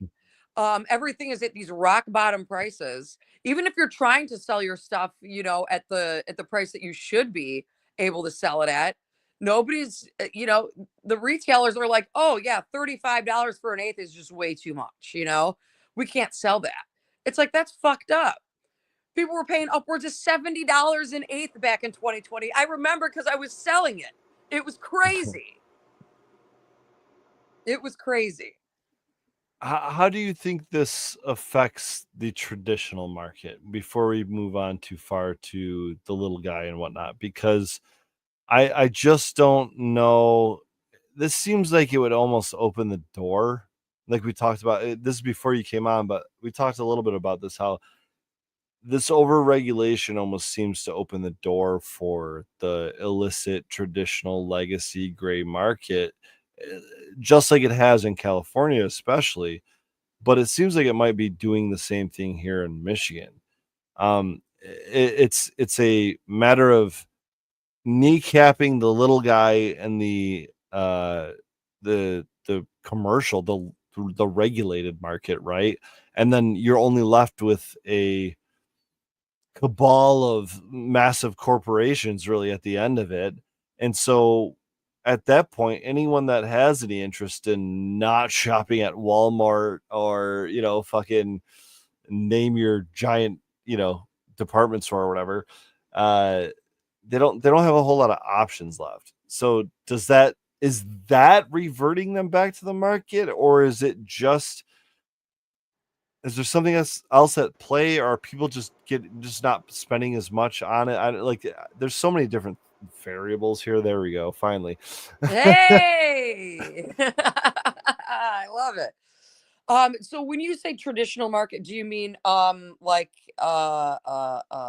to a caregiver caregivers. market? Like, yeah, the old school dispos, you know what I mean? Like, I know those Sure. still exist pretty heavily out in California, especially depending on the market you're in, but Right, right. Um, that's a good question. So as far as like opening up that door, it will push people, but like so I kind of see it as like a trap. Because it's going to push people to the traditional market, to the caregiver market. And that is going to, but it also is going to put the caregiver market in a very, very, very precarious spot to go back to kind of, it's almost like retracting a bit of that prohibition, right? We're like, you're still allowed to have this thing, but we really need to come back and bring in harsh penalties. And I think that's kind of the trap aspect that I'm seeing here, is like an actual trap, like a trap fucking door, like luring you in, right? Like they're gonna bring people over here, we're gonna bring customers over into the traditional market, and then we're gonna get you. We're going to get those growers. We're going to get those manufacturers because we can. And if you don't think that they're not going to put money into enforcing this, you're out of your fucking mind. because this is a police state. They love this shit. Okay, this is the thing that they like to do. We also need to keep in mind that there's a particular amendment. I think it's the AJS amendment. I could be wrong on the letters there, but it's an amendment that has to be renewed every year, and it prevents the federal government from using federal funds to perform raids in legal states. I heard And that, Kitty. and I don't know for sure, but I don't know if that has been renewed this year. So there's a lot of things stacked against us. That looks fucking delicious. You're not going to find that on the licensed market. There's a couple of nice protections that Michigan has with the MMMA and MMFLA, not necessarily with MRTMA, but those two things are ballot initiatives. So to amend them or to change them, it requires 3/4 of the vote in both parts of the legislature. Right. So they can amend MRTMA all they want, but it is very hard for them to prosecute when prosecute private market when these folks have the protection of the MMMA and the MMFLA, which they voted for.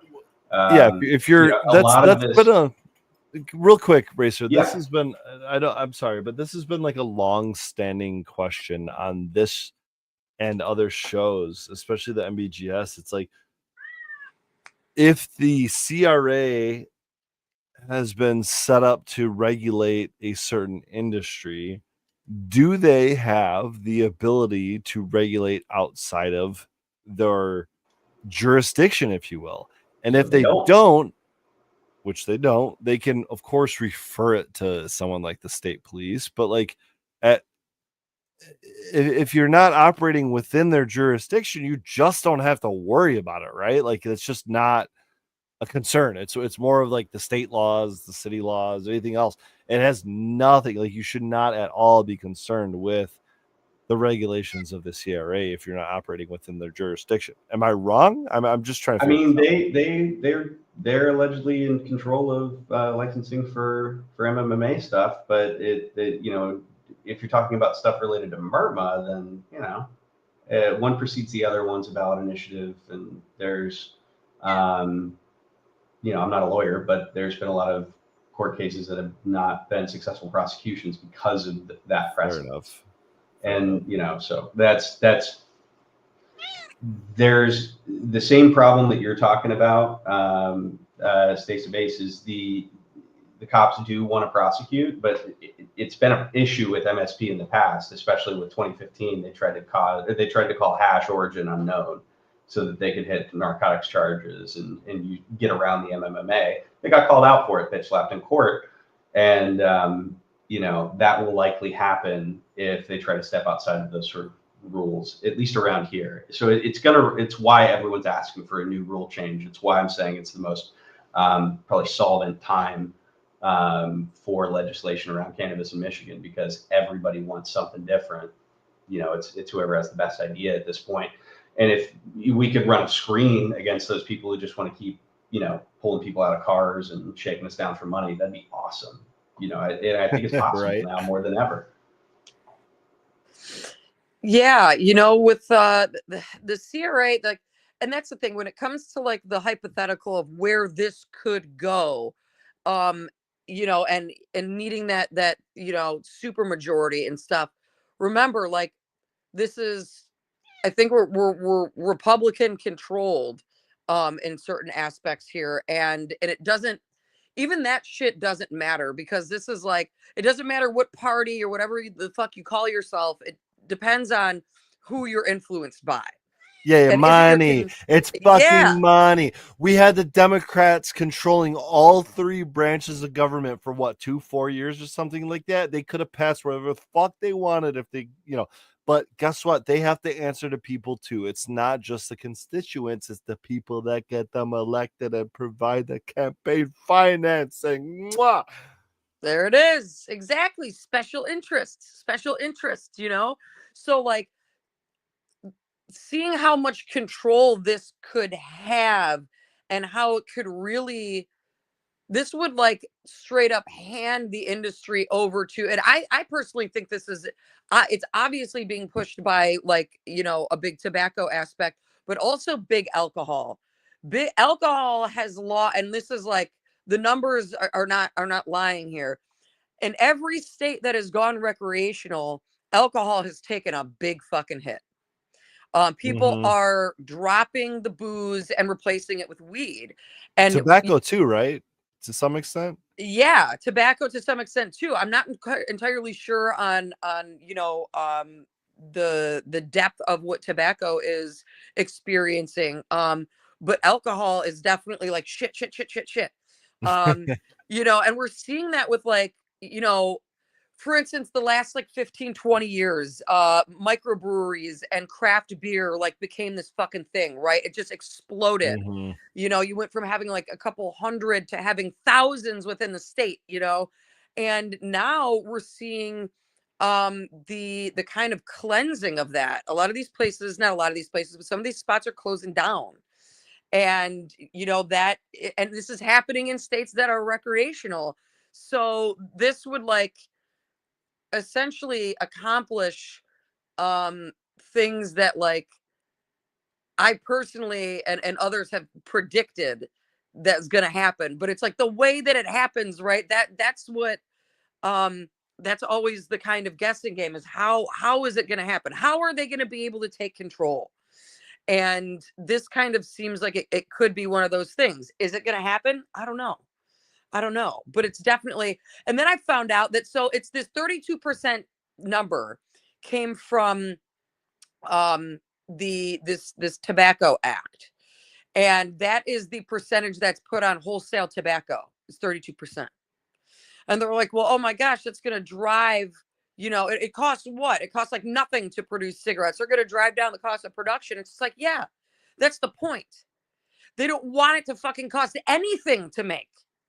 You know what that's the fucking point. Like, Mhm. and Mhm. you look It'll at be cents for grams. It'll be cents for yes. grams And eventually. look at, you know, what tobacco is sprayed with, and it's allowed to have, it's just all of these things compounding is what they want to make it into. And when it comes to the CRA having any kind of regulation with the, you know, caregiver side of things, they don't as of right now. But could they maybe they could with this. Seems like they could. You know, I seems like they mean, just they're will will trying. themselves into the good. Right. And especially with these ordinances and shit that have been going around in municipalities around the state for the past 5 years. For a while, I was like going to these different townships where these ordinances would show up, and they're these anti-caregiver ordinances. And essentially, it's a power grab, and they don't have to necessarily be following through with them or enforcing them, but they're waiting to.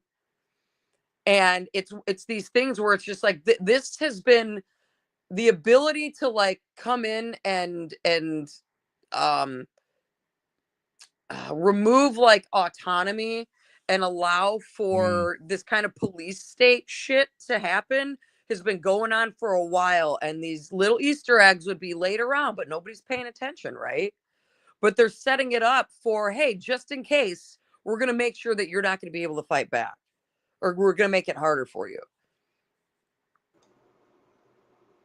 if that makes any sense. Yeah, I mean, the new rule set's a great example of that. It's doing nothing for progression of market. The only thing, it's like if you asked a cop to write weed laws, it's exactly That's Yeah, well, fucking who did. You know what I mean? It's yeah, yeah. Brian Hanna, baby. yeah, dude. Who is this benefiting? Like, who really is this regulation benefiting? The fucking roads. I thought we already discussed that. Duh. Fix the damn No. The fine, the Pedro, he has regulations. been paying attention this whole time. You guys thought he was just out on fucking 3,000 milligrams My of THC roads, remember? capsules or something. Look, Nah, he's been paying attention this whole time. I wanted to he's down get for this the out Michigan here real quick. I don't know if you guys heard about the CRA's reference lab, right? But it kind of touches on the budget here because you got Yeah. you got Big G asking for 470 mils. There's 20 mils sitting over there at the CRA. So before COVID, when it was the MRA, they got a building, right? It was like $3 million for a building, big old building. You know who works there most days? How many people do you think are there? every day? 3. I fucking guarantee you it's probably plus or minus 3 of 3. It's getting close. The last couple of 12. times, because I've asked a lot of people about this past week. You get the security guard, right? That's Well, he one. doesn't. I mean, That's I one. get it. He counts, but No, it's not. It's not just security guard because he's guarding something. What do you think it's he's not guarding? CRA staff. It's The nothing. cashier. So all of these folks have been on work from home since before Oh, COVID. that makes sense. Or since COVID started, right? And they're still work from home, and we have a $3 million building, and they're doing just fine from home. Then we have the lab, something like $5 million worth of equipment already been purchased. Somewhere, they won't tell us, but it's in storage. Paying money to store it somewhere. Certainly not at somebody's house, I hope not. It's government property. $5 million of fines and fees of stakeholder money. So there's $8 million shit that's been bought that the CRA is not using or can't use because the law has it that the CRA is not allowed to touch more than 2.5 ounces of marijuana flower at a time. And no one's even allowed to smoke at the CRA. But they want to start a testing lab. They're going to test the whole industry 2.5 ounces at a time. They can't. That's why they can't open. So there's $8 million worth of spending at the very least that you could account for that's like wasted. Let's start from there and then, get the extra 462 from, I don't know, something that causes damage to the roads because you saw Tulio's explanation. He's like, we need to tap this $470 million needs to come from marijuana because the marijuana industry is doing damage to the road. Are you insane? Like, just the numbers aren't numbering, and there is so much extra money in this licensed market that's not even the tax. That's not the excise tax. That's just fines and fees, right? Like I don't know. Motherfuckers be driving too fast to the dispensary. That's true, I guess. But it's not like anybody was doing that prior to the licensed market, right? None of this was happening. None of those trucks were going on the roads. Nobody was driving to and from dispos, buying stuff. Silly stuff. With this rule set, like, and this, the lab thing, what I found out, because it was a separate piece of legislation that needed to pass in order for them to be able to transport more than 2.5 ounces or whatever it might be. And during lame duck, the Republicans walked out and it failed. It died. So they're like it's like the only way that they would be able to do it, I mean, they need to get creative, but they would have to hire a bunch of motherfuckers because I think it's like 2.5 ounces per employee at a time. And they only have like, do you know if that's the Well, are we doing representative batch testing then? So we're going to do 0.5% of a 50-pound batch, right? that's a good question. Because that's what the law says. That's what the regs say. And if we're going to Right. write something, everything has to make sense. And right now we don't have regs that make sense. So we need to change regs. Why are we got 40, 50 labs right now. Why do we need another one that's run by the state? How does that make sense? Cross-referencing and making sure that our labs are in line by testing things for us. I don't know. I don't know. I'm trying. That's This lab world is really wild, and there might be one or two that are doing it right, but even then, like, how do you, when the whole thing is rigged, and like the litmus test for quality is something that should never be, which is THC percentage, like it doesn't, it's bound to like be fucked up. It's bound to fail. It's bound to have, newt lock. It's not going to work. And that's where we're at. We're okay. Like, is a state run lab going to really fix the fucking problem? And this Viridis case, is kind of this like issue that, at least this is what Brian Hanna has said, that like, they can't do anything. They can't like revoke any licenses or go after any of these other labs while this Viridis case is ongoing.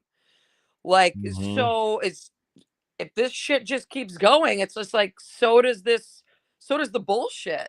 You can't really put a stop to it, you know? Yeah, welcome to the American justice system right there. That's what that whole fucking thing is yep, just fucking tie him up in courts until we win. Who's got more money? Mm-hmm. Wait, who started Veritas? Who was that guy?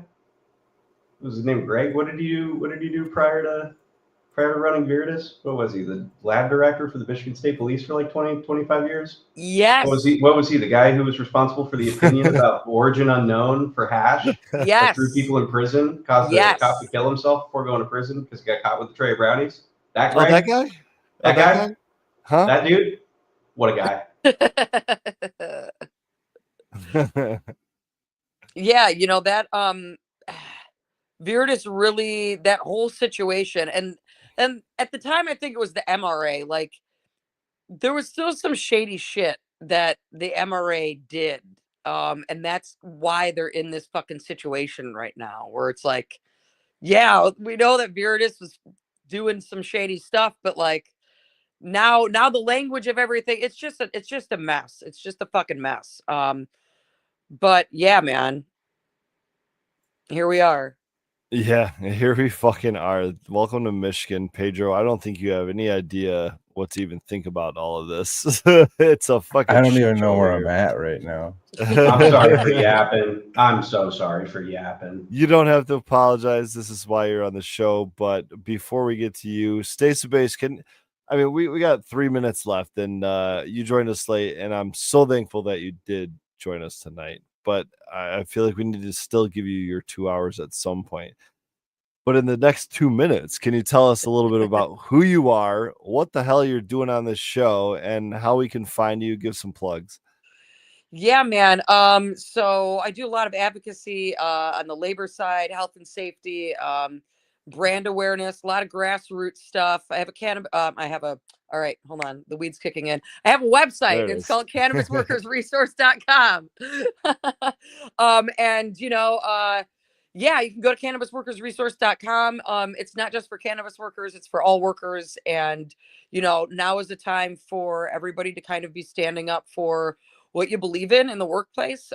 This is a crucial time in American history to really kind of get up and make sacrifices and realize what's at stake here. And everybody works. Everybody is a laborer, and your labor controls everything. So just remember that. And yeah, you can email me, Stacy at cannabisworkersresource.com. You can find me on Instagram, staceofbase_85.